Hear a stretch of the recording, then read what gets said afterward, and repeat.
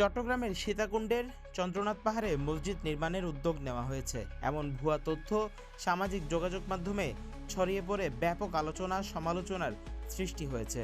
এই তথ্যকে কেন্দ্র করে সাম্প্রদায়িক গুজবও ছড়ানো হচ্ছে। তবে চট্টগ্রামের রাজনৈতিক কর্মী সৌরপ্রিয় পাল এবং হেফাজতে ইসলামের নেতা মুফতি হারুন ইজাহার বিষয়টিকে ভিত্তিহীন ও রাজনৈতিক প্রোপাগান্ডা বলে দাবি করেছেন।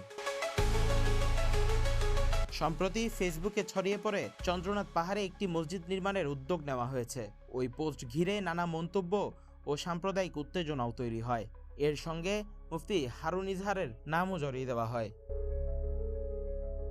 এ বিষয়ে সৌরপ্রিয় পাল সিটিজি পোস্টকে বলেন, বিষয়টি সম্পূর্ণ ভিত্তিহীন। তিনি সবাইকে এসব সাম্প্রদায়িক উস্কানি ও অপপ্রচারের বিষয়ে সতর্ক থাকার আহ্বান জানান। আসলে এটা পুরোটাই একটা প্রপাগান্ডা। হারুন ইজাহার ভাইকে আমি আগে থেকেই চিনি। ওরকম একটা আলেমকে নিয়ে যে এই প্রপাগান্ডাটা চালানো হচ্ছে, সরাসরি ওনাকে ফোন দিলাম। ফোন দিয়ে উনি আমাকে নিশ্চিত করলেন যে এটা উনি বলেননি। তিলকে তাল বানিয়ে সকাল থেকে আমরা দেখলাম যে উস্কানিমূলক পোস্ট দিচ্ছে। আমি মনে করব যে এটা সুদূর প্রসারী একটা ষড়যন্ত্র, অন্য কোনো ব্যক্তি না। ওনাকে কাকে বললে উস্কানিটা হবে, কার নামে উস্কানিটা দিলে এটা ভাইরাল হবে এবং একটা সাম্প্রদায়িক দাঙ্গা সৃষ্টি করা হবে। আপনারা জানেন যে পরাজিত শক্তি গত বছর 5 আগস্ট পরাজিত হওয়ার পরেই তারা সাম্প্রদায়িক বিষয়টাকে তারা সামনে নিয়ে আসছে। অর্থাৎ গত 15 বছরও ওদের ট্রাম্প কার্ড ছিল সাম্প্রদায়িক দাঙ্গাটা। ঠিক এখনো সাম্প্রদায়িক উস্কানির মাধ্যমে এই জিনিসগুলো সুপরিকল্পিতভাবে করা হচ্ছে।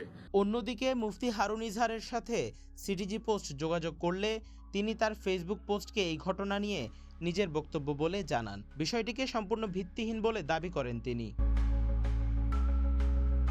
তিনি ফেসবুক পোস্টে লিখেছেন, ঢাকার কিছু তরুণ আলেম সৌজন্য সাক্ষাতে আমার কাছে এসেছিলেন। তারা কোনোভাবেই চন্দ্রনাথ মন্দির এলাকায় মসজিদ নির্মাণের অভিপ্রায় প্রকাশ করেননি। তারা শুধু বলেছেন পর্যটকদের জন্য উপযুক্ত কোনো জায়গায় একটি মসজিদ দরকার এবং এ বিষয়ে অর্থায়নে আগ্রহী। আমি তাদের সাধুবাদ জানিয়েছি।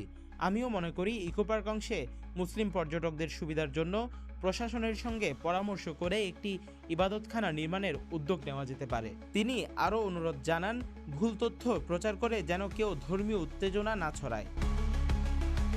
এদিকে উপজেলা প্রশাসনও স্পষ্ট জানিয়ে দিয়েছে, চন্দ্রনাথ পাহাড়ে মসজিদ নির্মাণের কোনো উদ্যোগ নেই। তারা পরিদর্শনে গিয়ে এ ধরনের কোনো প্রমাণও পায়নি।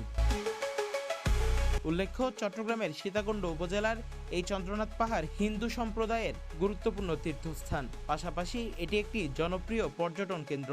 ভুয়া তথ্য ও গুজব ছড়িয়ে যেন কেউ সাম্প্রদায়িক সম্প্রীতি নষ্ট না করে, এই আহ্বান জানিয়েছেন স্থানীয় প্রশাসন ও সংশ্লিষ্টরা। News desk, CTG post.